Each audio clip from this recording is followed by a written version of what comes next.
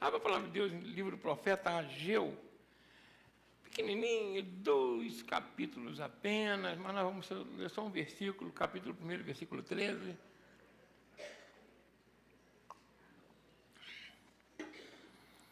Ageu foi um profeta que profetizou no reinado de Dario. O povo já estava liberto, estava na luta para poder reconstruir a casa de Deus, o templo. Ageu é pequenininho o livro, né, gente? Então tem que dar uma procurada aí, se puder colocar ali na televisão, vai ajudar bastante. Amém? Todo mundo achou? Ageu, capítulo 1, Ageu. Capítulo 1, versículo 13. Isso, Ageu, capítulo 1, versículo 13. Ah lá. Diz assim o Senhor: então Ageu, o embaixador do Senhor, o mensageiro do Senhor, falou ao povo conforme a mensagem do Senhor, dizendo: eu sou convosco, diz o Senhor dos Exércitos. Amém? Feche seus olhos, olhe comigo por essa mensagem. Pai, em nome de Jesus, quero te louvar e te agradecer por estar aqui conosco nessa noite. E agora, mais uma vez, eu te peço que o Senhor venha nos usar como canal totalmente desobstruindo, falando aos nossos corações que nós precisamos, necessitamos ouvir.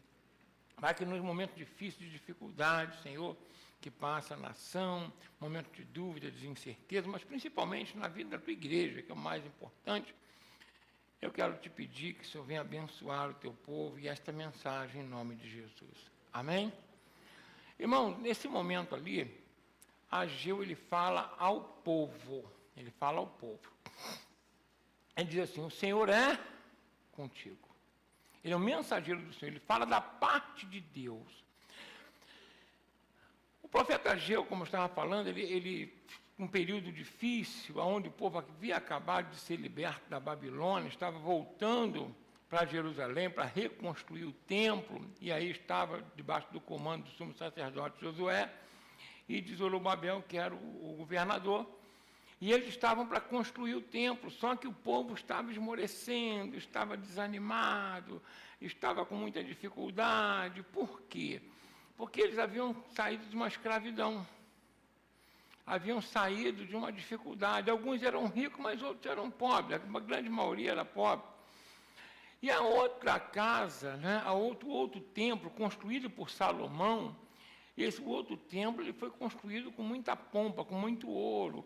O império era próspero. Davi, ele, apesar de lutar muito, trabalhar muito pelo reino, unificar o reino de Israel todo, as 12 tribos, mas ele, né, vamos colocar assim, ele teve muita dificuldade, porque eram muitos inimigos, até dar paz para que Salomão pudesse estabelecer o reino dele. Salomão, na realidade, recebeu um reino próspero, rico e em paz e forte. Quem entendeu bem aqui?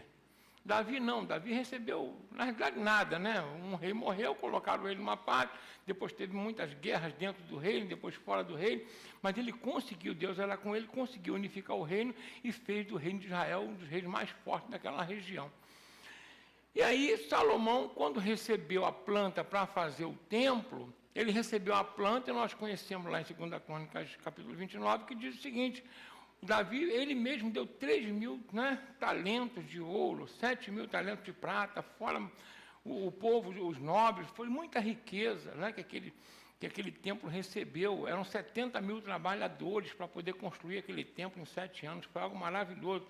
Então, um templo muito suntuoso. E aí agora, como eles não tinham mais o templo, porque Jerusalém havia sido invadido por outros povos, e, né, acabaram com o templo, derrubaram tudo, queimaram as portas de fogo, levaram o ouro embora, e reconstruir. Agora, sem dinheiro, sem recurso, e sem os profissionais adequados, e com menos gente, desanima ou não? Desanima. E alguns que estavam ali, vendo aquela obra, tinham participado da outra, eram crianças quando viram o outro templo. Aí o povo começou a chorar e lamentar. Oh, meu Deus, é isso. Por isso que nessa palavra, o Senhor lá no capítulo 2 fala o seguinte: quem é que viu a primeira casa? Ele pergunta no capítulo 2. Parece que essa é nada aos seus olhos. Hã? Uma coisa é construir um palácio, a outra é um monte de madeira, o outro tinha ouro, né, pedras preciosas, isso aqui é bronze, pedra lascada. Depois da mesma dificuldade. Mas por que isso aconteceu? Porque o povo se desviou dos caminhos do Senhor e aí Deus entregou a própria sorte. Esse é o problema do ser humano, nosso. Nós, às vezes, chegamos para Deus e a nossa vida, às vezes, não está tão boa. Ou seja, na realidade, está ruim. Sem Jesus, a gente vai de mal a pior. E Deus estabelece, fortalece a nossa vida, e daqui a pouco a gente descansa e não dá mais ouvido a Deus, porque a gente só queria o pão e o peixe se livrar do problema. Quem entendeu bem aqui? É ou não é verdade? Vai se esquecendo aos poucos. Se Deus não chamar a atenção, a gente se desvia com uma facilidade incrível. É ou não é verdade? É o lazer, é o sono, é o conforto, é o trabalho, é a família, é o aborrecimento, tudo tira a tua paz. Até o irmão que dá a paz do Senhor para você, parece que tira a tua paz. É ou não é verdade, né? Quando tu está apurrinhado, né? Mas quem te apurrinha na realidade? E aí vou fazer uma pergunta, onde é que nós temos mais problemas? É na igreja ou na nossa vida particular? Na nossa vida particular. Às vezes você vem e senta aí, se não quiser compromisso, você senta, ouve a palavra, sai daqui tranquilinho, abençoado e vai embora. É ou não é verdade? Amém ou não amém? Agora, em casa, no trabalho, é quem te arranja o problema. É ou não é? Então, a igreja traz a solução, que é o que o Senhor Jesus deseja para a nossa vida. Então, aquele povo perdeu o templo, perdeu a pompa, perdeu a propriedade, porque eles erraram, pecaram e foram para a escravidão. Quando voltaram, aí eles pensaram o seguinte, calma aí, Deus trouxe a gente de volta para cá e agora eu preciso fazer a minha vida, eu vou cuidar da minha vida.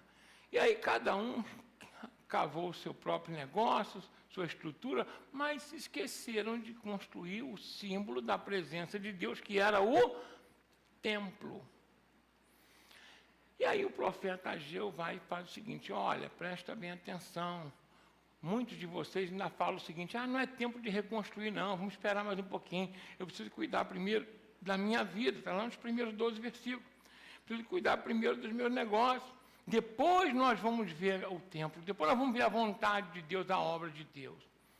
Aí o que acontece? Deus manda com que o profeta repreenda o povo, falando, olha só, vocês estão fazendo isso, já foram escravizados uma vez, porque estavam olhando para a vida de vocês e esqueceram de buscar o reino de Deus em primeiro lugar.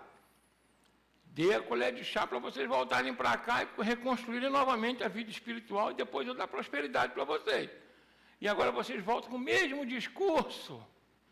Aí o povo, a Bíblia diz que o povo ouviu, temeu e obedeceu. Olha que coisa maravilhosa. Fala comigo assim, ouvir, temer e obedecer.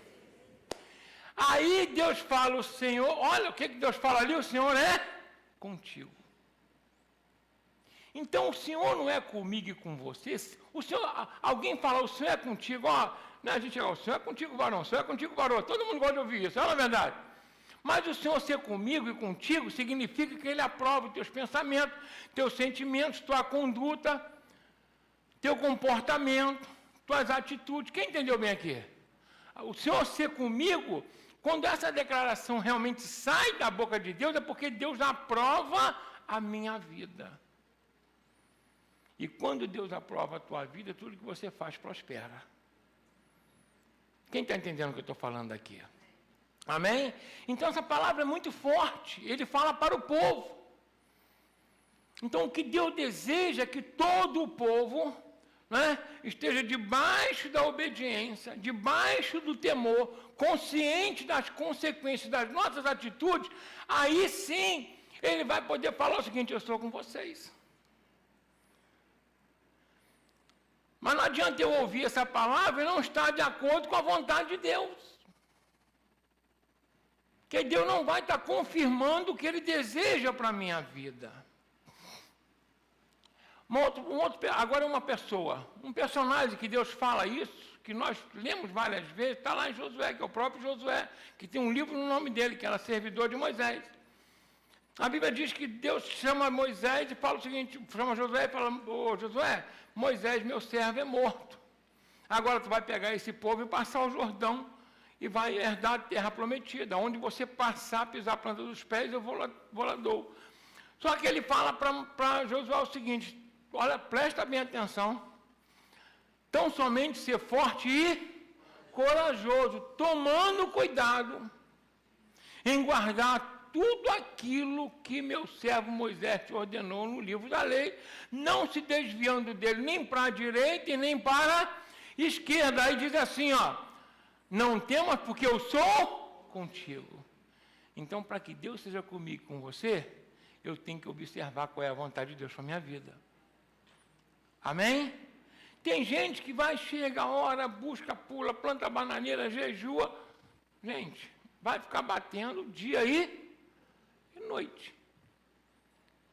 Então, receber essa mensagem, ter convicção de que Deus está comigo, de que Deus está com você, é quando, na realidade, todo o teu coração está voltado para saber qual a vontade de Deus e com disposição para fazer a vontade de Deus. Quem está entendendo o que eu estou falando aqui? Amém? Eu costumo dizer uma coisa, tem gente que é o seguinte, que quer conhecer a palavra de Deus. Eu acho maravilhoso isso aí, é ótimo, né? Porque tem umas pessoas que têm uma frase aí, não sei se é verso, alguns falam assim, que a ignorância é uma bênção. Quem já ouviu falar isso aí? A ignorância, não, tem pessoas que falam isso sim, né? Que desconhecem determinadas coisas, aí porque você desconhece, você acha que não vai ser julgado, aquela coisa toda. Não, ignorância, gente, desconhecimento é treva, é cegueira. Quem entendeu o que eu estou falando aqui? Não tem jeito. Então, desconhecer algo é uma cegueira. Estar na ignorância é cegueira. Então, conhecer a palavra é uma bênção. Isso significa luz. Porque o que a palavra de Deus representa para mim? É lâmpada? Ou seja, se é lâmpada e luz, é por quê? Porque ela traz conhecimento, abre os teus olhos, abre o teu coração, abre o teu entendimento para aquilo que você deve fazer. Amém? Então, quando eu desconheço alguma coisa, significa que eu estou na ignorância. Eu não vou ser isento de uma pena por causa disso. O próprio Senhor Jesus, ele fala o seguinte, olha o que ele diz aqui, né? Se eu não me engano, lá em Mateus capítulo 10, ele diz o seguinte, ele 3 cidades, Betsaída, Corazim e Cafarnaum. Ele faz uma série de milagres nessas cidades, muitos. Mas essas cidades, esse povo inteiro não se converteu ao Senhor. Não era um povo estranho. Essas cidades conheciam o Deus de Israel e conheciam a lei de Moisés. Quem entendeu bem aqui? Mas ele faz uma série de milagres lá, eles não se convertem. Aí sabe o que o Senhor Jesus fala? Ele começa a fazer um lamento sobre essa cidade. Ele fala assim, ai de ti, Corazim, e ai de ti, Betsaída. Ele diz, se em Tiro e Sidom, que eram cidades que Deus havia destruído, tivessem visto o que vocês viram, eles teriam se convertido. E aí, o Jesus ele vai até mais longe, ele fala assim, se em Sodoma, foi uma cidade que o próprio Deus destruiu com fogo pela promiscuidade, se você tivesse visto os sinais que vocês viram, eles teriam permanecido até o dia de hoje. Ele diz assim, portanto, haverá menos rigor para essas cidades do que para vocês no dia do juízo. Essas cidades desconheciam a palavra de Deus, não viram os sinais, mas pela promiscuidade e pelo pecado foram destruídas. Quem entendeu bem aqui? Amém? Fala com a pessoa, desconhecer a palavra de Deus e o que é certo não isenta de uma colheita ruim. Foi claro aqui, gente? Amém? Isenta. Alguém tem uma planta ali, eu não sei que é veneno, vou comer, não vai morrer porque não sabe. É? Ou morre? Quem acha que não morre? É a mesma coisa, gente. É bem lógico, é bem claro isso. É ou não é verdade? Bem claro. Então, desconhecer a palavra de Deus, desconhecer o que é certo, né, não vai nos isentar. Eu vou falar uma coisa aqui que é algo, infelizmente, que aconteceu.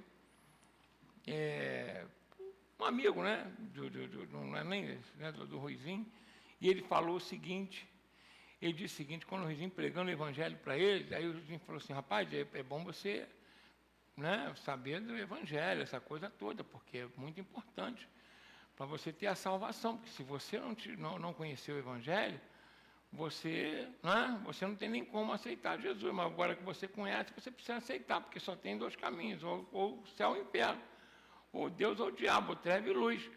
Aí ele olha assim para ele e fala assim, caramba, tu é muito meu amigo, né? Para que tu foi falar isso? Agora eu vou ter que tomar uma atitude. Mas isso não quer dizer que se não soubesse, não estava em condenação. Deus vai julgar, como nós vimos Jesus falar, de acordo com o conhecimento que a pessoa tem. Pode haver menos rigor, mas não quer dizer que não vai haver condenação. Amém ou não amém? Então, olha só, a minha responsabilidade é a sua, né? Dá uma pausa aqui nessa mensagem, eu vou voltar. Aqueles que estão perto de você, e você não se empenha para abrir os olhos deles, significa que você também está incorrendo na condenação daquela pessoa. O Senhor Deus, Ele fala que vai cobrar das minhas mãos, das suas, por cada alma que está perto de mim, que não conhece a palavra e que eu não falo do amor dEle. Quem entendeu o que eu estou falando aqui? Amém? Por isso Jesus fala, os tímidos não herdarão o reino dos céus. Entendeu agora por que o tímido não herda o reino dos céus? Amém ou não amém? Eu não vou falar não, falando pode ficar chateado, vai zoar comigo. É ou não é? Você vai ficar zoado se não entrar no reino dos céus. Quem está entendendo, diga amém. Amém. Então ele vai e fala para Josué, Josué, eu sou contigo, mas para que eu seja contigo e você não tenha derrota, você prospere em tudo, é necessário você fazer alguma coisa. Andar nos meus caminhos e não se desviar nem para a direita nem para a esquerda. Quando nós entendemos isso, né, que o conhecimento, ele é luz, o conhecimento, ele traz realmente responsabilidade, mas o conhecimento também te coloca no caminho da salvação. E nesse caso, nós podemos escolher de maneira consciente. Aí, não segue senão o quê? Se não quiser. Mas é da vontade de Deus, assim como ele era com Josué, apenas um indivíduo, falou, eu sou o Senhor contigo. Ele fala também para o povo inteiro, com Ageu, o Senhor é contigo. Quem entendeu bem aqui? Então, todos aqui podem ter a companhia do Senhor, aprovando suas atitudes, e aonde você colocar as mãos, você vai prosperar. Quem entendeu bem aqui? Amém? Mas depende da sua atitude. Porque, mas as coisas estão muito difíceis, estão ruins, eu sempre falo aqui, e às vezes brincando, mas hoje eu vou levar para uma situação mais séria, porque quando a gente acha que alguma coisa vai dar errado e não faz nada para dar certo, realmente vai dar errado. Né? Porque para dar certo, requer o quê? Trabalho, esforço. E mais na frente, lá em Ageu capítulo 2, o povo começa a trabalhar, mas começa a trabalhar molengando. Deu para entender bem? Aí Ageu vem de novo, lá vem um profeta chato de novo, não é verdade? Não estamos trabalhando? Então, mas aí o que Deus fala? Trabalhai e tem de ânimo. Porque a glória da segunda casa será maior do que a da primeira. Então não importa, presta bem atenção, a tua atitude ontem. Deus está te animando hoje para que Ele possa prosperar teu futuro amanhã. Quem entendeu bem aqui? Amém? O teu esforço de hoje é que vai determinar o teu futuro amanhã. Parece até algo que não é uma chave, uma senha, não. Isso é uma realidade, isso é bem esclarecido. Está na palavra de Deus, é bem claro isso. E sabe quem você já conhece essa mensagem, eu vou falar, mas sabe quem é o nosso maior inimigo? Ele é inimigo das nossas almas, que é o diabo, tudo bem. Mas ali o diabo não entra em cena, não. O inimigo da alma do povo ali era o próprio povo. Era a preguiça, era a vaidade, o egoísmo, a avareza. Quem está entendendo o que eu estou falando aqui? Era tudo isso. E Deus fala, vem, edifica a minha casa, faz a minha obra, que tudo que vocês fizerem vai prosperar. E às vezes nós fazemos justamente ao contrário. O nosso Senhor Jesus, ele colabora com isso. Lá na frente ele fala mais uma vez, ele fala com o povo que, ó, gente, presta bem atenção, os ímpios, aqueles que não conhecem a Deus, é que buscam as coisas melhores desse mundo, mas vocês que conhecem, busquem em primeiro lugar o quê? O reino de Deus e a sua justiça, e as demais coisas vos serão acrescentadas. Deus não fala para não trabalhar, nem para não ter ânimo, não. O que ele disse é para você não deixar em segundo plano a obra dele que ele tem na tua vida. Quem está entendendo o que eu estou falando aqui? Eu não tenho dúvida, o mesmo Deus lá de Ageu, Deus de Josué, o Deus de Gideão, que chega para aquele rapaz, falei semana passada aqui, e diz: o Senhor é contigo, varão valoroso. O Senhor é contigo. É o mesmo Deus que fala contigo hoje aqui. Quem está entendendo bem aqui? Amém? Porque nenhum dessas pessoas que dele falou, nem Josué, nem Gideão, nem o povo ali de Israel que Ageu estava falando, nem o povo que Jesus estava falando, eram estranhos, era um povo que conhecia Deus, conhecia a palavra de Deus. E nós estamos falando aqui para um povo que conhece Deus. Cadê o povo que conhece Deus aqui? E que Deus te escolheu, era um povo escolhido por Deus. E essa escolha que Deus faz de mim e de você, ele requer um posicionamento. Por que Deus se empenha tanto em mandar pessoas para nos animar? Por que ele se empenha tanto em mandar pessoas para falar o seguinte: olha, não temas? Por que ele se empenha tanto em mandar pessoas para falar o seguinte: tenha fé, não duvida, crê somente? Por quê? Porque é uma tendência nossa desanimar. Quem entendeu aqui? Ter medo, duvidar. É ou não é verdade? É uma tendência nossa buscar os próprios interesses e deixar os interesses de Deus em segundo plano. Por isso que fala. Se não precisasse, não falava.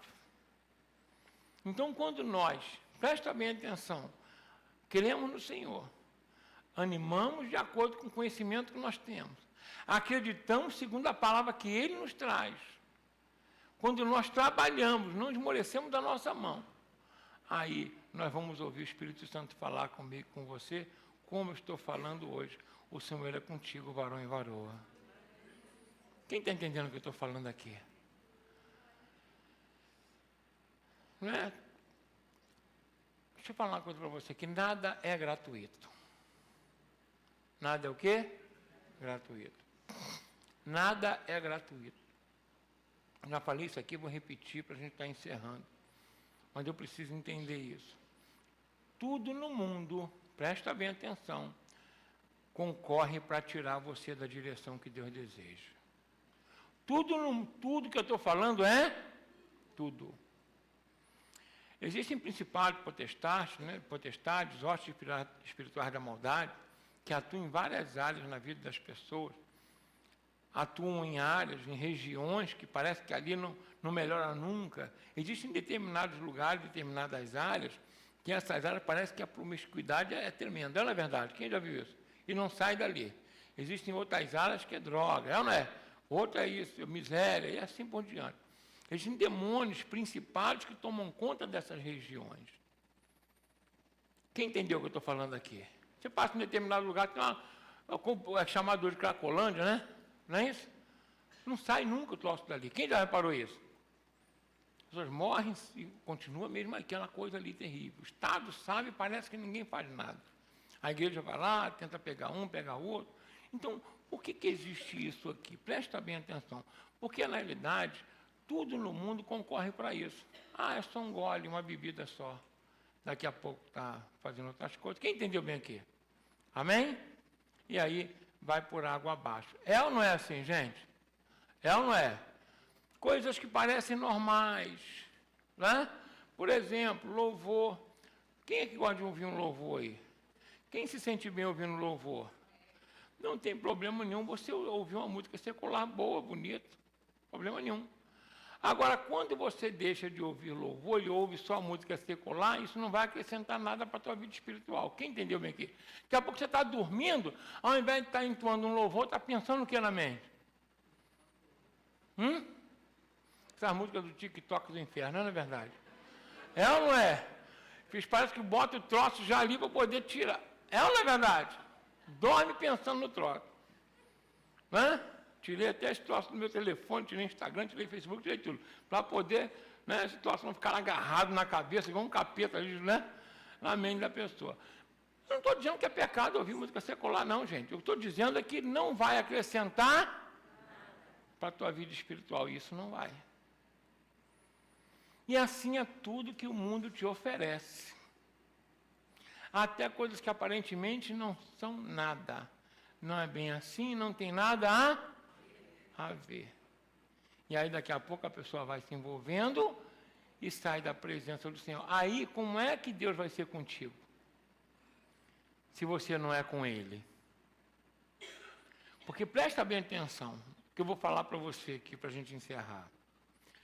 Todo o planejamento, todo o pensamento de Deus visa a salvação do ser humano. É tremendo isso. Deus, ele pensa em você 24 horas. Ele não só te criou, mas traçou um plano e vem coordenando esse plano até o dia de hoje, até Jesus voltar. Quem entendeu bem aqui? Se não fosse assim, o Senhor Jesus não teria morrido por mim e por você. Então, presta bem atenção. Quando o Senhor Jesus fala assim, que aquele que não nega a si mesmo por causa dele não pode ser discípulo, ele não pede nada mais do que ele não tenha feito por mim e por você, porque ele negou a própria vida por mim e por você. Ele não te pede aquilo que ele não deu. Quem entendeu o que eu estou falando aqui?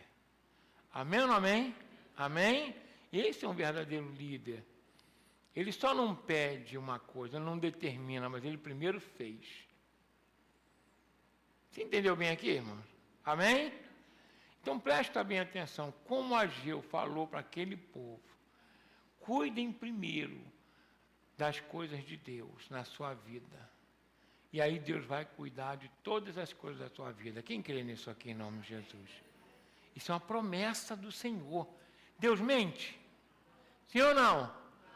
Então por que às vezes a gente tem medo?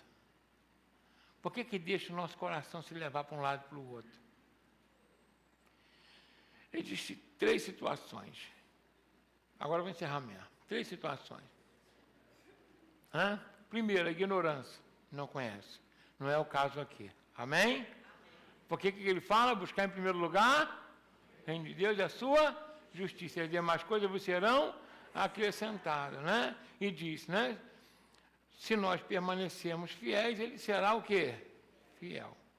Amém? E se nós formos infiéis, ele permanece fiel a quem? A mim ou a palavra? A palavra. Tem que tomar cuidado com isso. Glória a Deus. A outra situação, que é muito importante a gente entender, né? É que, na realidade, quando eu busco em primeiro lugar o reino de Deus e a sua justiça, que ele me acrescenta as demais coisas, eu tenho que entender que é ele que coordenou minha vida e vai continuar coordenando. Então, eu tenho que confiar no amor e na graça dele. Amém? Amém? Um outro fato importantíssimo. Quem crê que Deus tem todo o controle sobre tudo? Sobre a tua vida? Sobre o teu futuro? Então, qual a dificuldade em confiar nele? É difícil? Não deveria ser. Glória a Deus. Mas, como nós estávamos falando no início, não fazer nada é mais fácil. Ficar nas trevas é mais tranquilo. Vou explicar a vocês por quê. Porque para poder essa luz aqui estar iluminando, gasta energia. Gasta ou não gasta? É trabalho. É ou não é? Apagou, não precisa de energia. É só não pagar, que apaga e não acende mais. É ou não é? Quem entendeu, diga amém? Amém? Você, para aquecer uma comida, precisa de energia. Gás. Então, todo o trabalho requer energia. E a energia gasta. Então, é mais fácil, por exemplo, para aquecer um ambiente, é necessário energia. Para deixar frio, é só não fazer nada. Quem está entendendo o que eu estou falando aqui? Para servir a Deus também gasta energia. Quem entendeu o que eu estou falando aqui? Amém? Qual é a energia?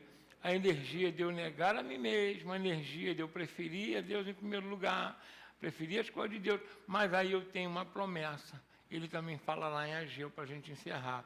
Ageu 2,8. Minha é a prata e meu é o ouro.